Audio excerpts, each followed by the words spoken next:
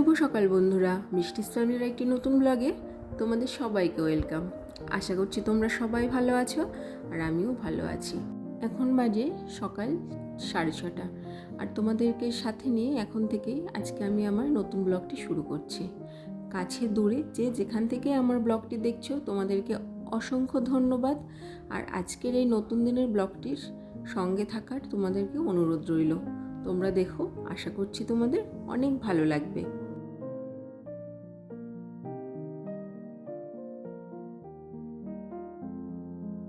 সকালে ঘুম থেকে ওঠার পর নিজে ফ্রেশ হয়ে সবার প্রথমে যে কাজগুলো করি সেটাই করছি। তারপরে ছাদে চলে এসেছি একটু হাঁটাহাঁটি করার জন্য, যেটা আমি চেষ্টা করি প্রতিদিন করার। কালকে রাতে না প্রচুর বৃষ্টি হয়েছিল। ছাদের অবস্থা দেখেই তোমরা বুঝতে পারছো।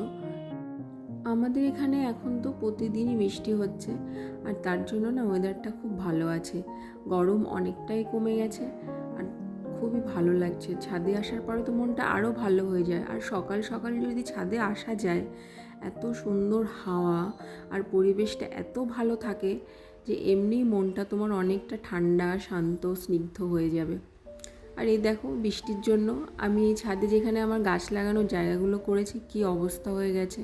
আর আমার তো অনেক গাছ ছিল, বৃষ্টির জন্য ছোট ছোট চারা গাছগুলো সব নষ্ট হয়ে গেছে। আর আমার অ্যালোভেরাটা দেখো, পাতাগুলো কেমন হয়ে গেছে। অনেক দিনের পুরনো অ্যালোভেরা গাছটা, মানে অনেক বছর, সে আমফান হয়েছিল 4-5 বছর আগে, তারও আগের এই গাছটা। নিচে চলে এসেছি, এখন একটু রেস্ট নেব, কেননা হাঁটাহাঁটি করেছি, হালকা এক্সারসাইজ করেছি, তারপরে আর সাথে সাথে কোনো কাজ করা তো ঠিক নয় না। এখন একটু জল আর খাবো, আর কালকে রাতে যে আমন্ডটা ভিজিয়ে রেখেছিলাম সেটাই খাবো।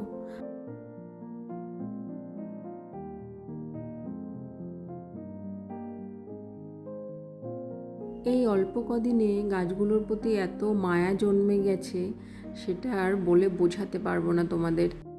টাইমলি এই গাছগুলোর প্রতি যা যা যত্ন নেওয়ার দরকার সেগুলো করছি, আর আমার করতে ভালোও লাগছে। তারপর এখন এই বারান্দায় কিছু জামা কাপড় মেলে রেখেছিলাম, শুকিয়ে গেছে কালকের জামা কাপড়, সেগুলো তুলে নিলাম, ঘরটা ঝাড় দেবো তো। আর আমার ঘরের পাশে দেখো, ওই বড় জানলাটা যেটা আমার ঘরের মধ্যে, তার ওই পাশটায় অনেক বড় বড় গাছ, আর জোরে যদি হাওয়া দেয় না একটু, গাছের পাতাগুলো সব আমার ঘরের মধ্যে চলে আসে। দেখো আজকেও অনেক পাতা চলে এসছে। বলছি না, ওয়েদারটা একটু ঝড় বৃষ্টির ওয়েদার ছিল। আজকে আমি তোমাদের সঙ্গে আমার এই ভিডিওতে শেয়ার করব যে কীভাবে সংসারে লক্ষ্মীশ্রী বজায় থাকে, যে নিয়মগুলো আমি আমার জীবনে অ্যাপ্লাই করি সেটাই তোমাদের সঙ্গে শেয়ার করব। বেডরুম ঝাড়ু দেওয়া হয়ে গেছে, এখন পাশের রুমে চলে এসেছি। কালকে ছেলে রাতে খেলা করেছিল, আর দেখো খেলনাগুলো সব ছড়িয়ে রেখে দিয়েছে। খেলনা দিয়ে খেলবে কম, ছড়াবে বেশি, তো সেগুলো এখন গুছিয়ে নেব। এই ঘরটা ঝাড় দিতে এসে দেখি অনেক খেলনা ছড়ানো ছেটানো। তো যাই হোক, যে কথা বলছিলাম, যে আমি সবার আগেই চেষ্টা করি ভালো করে ঘর ঝাড়ু দিয়ে পরিষ্কার করার। বাসি ঘরে না কোনো কাজ করাই ঠিক নয়। ওই জন্য যতটা পারি ঘুম থেকে ওঠার পর ঘর বাড়ি আগে ভালো করে ঝাড়ু দিয়ে পরিষ্কার করে, বিছানাপত্র ঠিকঠাক পরিপাটি করে গুছিয়ে তারপরে অন্য অন্য কাজগুলো শুরু করার। আর এতে না সংসারে লক্ষ্মীশ্রী বজায় থাকে। বাসি ঘরে কোনো কিছু করাই ঠিক না, এটা তো ছোটোবেলায় দেখে আসতাম, আমার মা করতো, বিয়ের পর এসে শাশুড়িকে দেখেছি, আর এটা সবার মুখে শুনিও যে কোনো কিছুই রান্নার কাজ বা অন্য কিছু বাসি ঘরে করা ঠিক নয়। আর ঘরদোর যদি ঝাড়ু ঠিকঠাক না লাগাও বা ঘরের বিছানা যদি পড়ে থাকে, ধরো ঘুম থেকে উঠেছি তারপরে যদি দেখি অনেকক্ষণ ঘরের বিছানা গোছানো হয়নি, এতে নাকি সংসারের অমঙ্গলও হয়। এটা অনেক দিন ধরে প্রচলিত, আর সবার মুখে মুখে শুনে আসছি, তো সেই ধারণাটা নিজের মনের মধ্যে পুরো গেঁথে গেছে। ওই জন্য নিজে অন্য কিছু করার আগে চেষ্টা করি এগুলো করার, এতে সংসারের লক্ষ্মীশ্রী বজায় থাকে।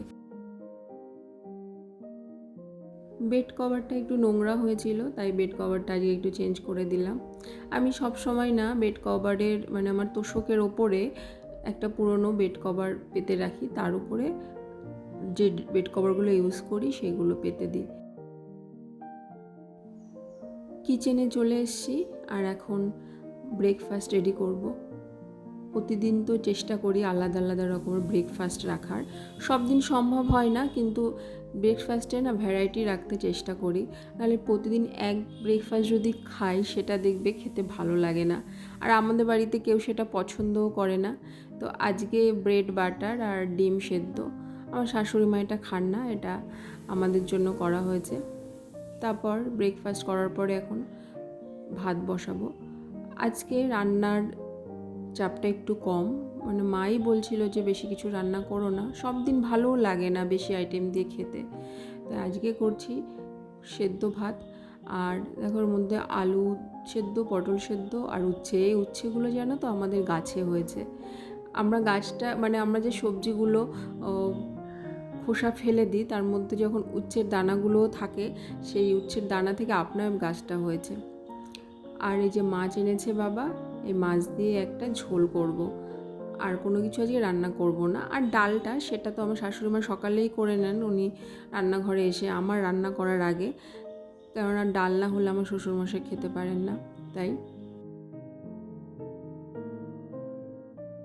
এখন মাছগুলো সব ভেজে নেব, ওইদিকে ভাত হচ্ছে আর এদিকে মাছটাও ভেজে নেব।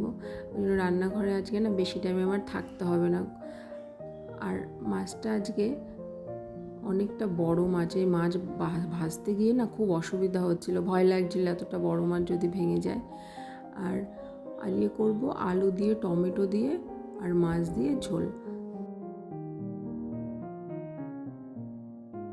মাঝে মাঝে দেখবে একটু হালকা পাতলা রান্না খেতে ভালো লাগে।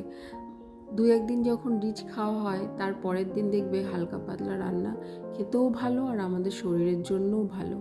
তো দেখো আমার মাছের ঝোলটা রেডি হয়ে গেছে।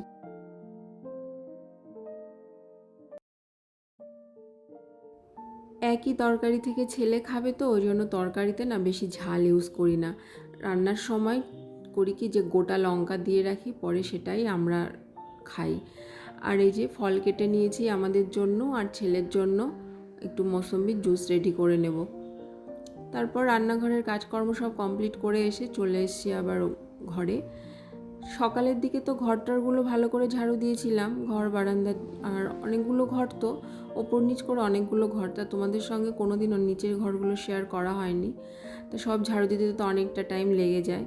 আর এই যে ছাদে ওঠার সিঁড়িটা না প্রতিদিন তো ঝাড়ু দেওয়ার সময় হয় না, চেষ্টা করি সপ্তাহে অন্তত একদিন কি দুদিন এটা করার।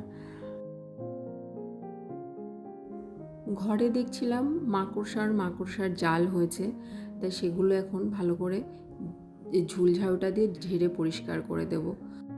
মাকড়সা ও মাকড়সার জাল যদি ঘরে কখনো তোমরা দেখতে পাও, চেষ্টা করবে সেটা তাড়াতাড়ি পরিষ্কার করে দিতে। কেননা মাকড়সার জাল থাকলে নাকি সংসারে লক্ষ্মীশ্রী বজায় থাকে না আর অলক্ষ্মীর প্রবেশ হয়।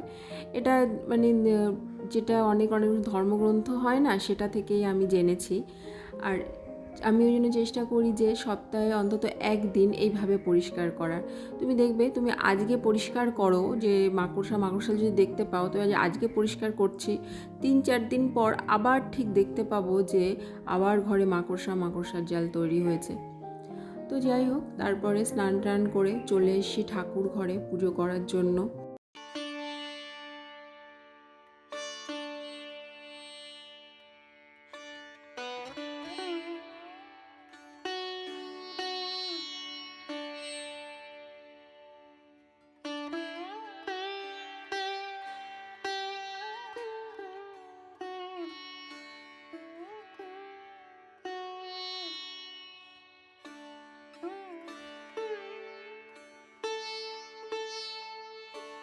তোমাদের সঙ্গে আবার দেখা হচ্ছে, এখন বাজে বিকেল 5:30 মতো। খাওয়া দাওয়ার পরে কিছুক্ষণ ঘুমিয়েছিলাম, তারপরে উঠে আবার এই যে বললাম না গাছগুলোর প্রতি ভীষণ মায়া পড়ে গেছে। আর এদের তো নিয়ম করে দুবেলা জল দিতেই হবে, আর এই গাছগুলোয় না বেশি জল একবারে দেওয়া যায় না, অল্প অল্প করে দিতে হয়।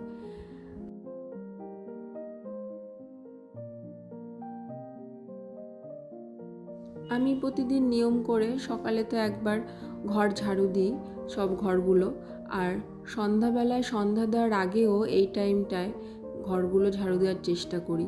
সব ঘর না পারলেও ঠাকুর ঘরটা আর আমার বেডরুম যেটায় আমি থাকি, এই দুটো ঘর অন্তত আমি ঝাড়ু লাগাই, কেননা এটাও নাকি একটা মঙ্গল অমঙ্গলের ব্যাপার আছে, সন্ধ্যা দেওয়ার আগে নাকি এটা করা উচিত। তা এটা আমি চেষ্টা করি প্রতিদিন করার। আর এতে নাকি সংসারে লক্ষ্মীশ্রী অনেকটা বজায় থাকে। যেগুলো মেনে এসছি আর যেগুলো মেনে নিজের মনে একটা শান্তি আসে, সেটা অবশ্যই করা উচিত। তারপর এখন সন্ধ্যা হয়ে গেছে দেখতে পাচ্ছ, আর সন্ধ্যাবেলায় সন্ধ্যা দ্বীপ ধূপ বাতি এগুলো অবশ্যই জ্বালানো উচিত। এতে সংসারে মা লক্ষ্মীর কৃপাদৃষ্টি বজায় থাকে, সংসারে একটা লক্ষ্মীশ্রী ভাব থাকে।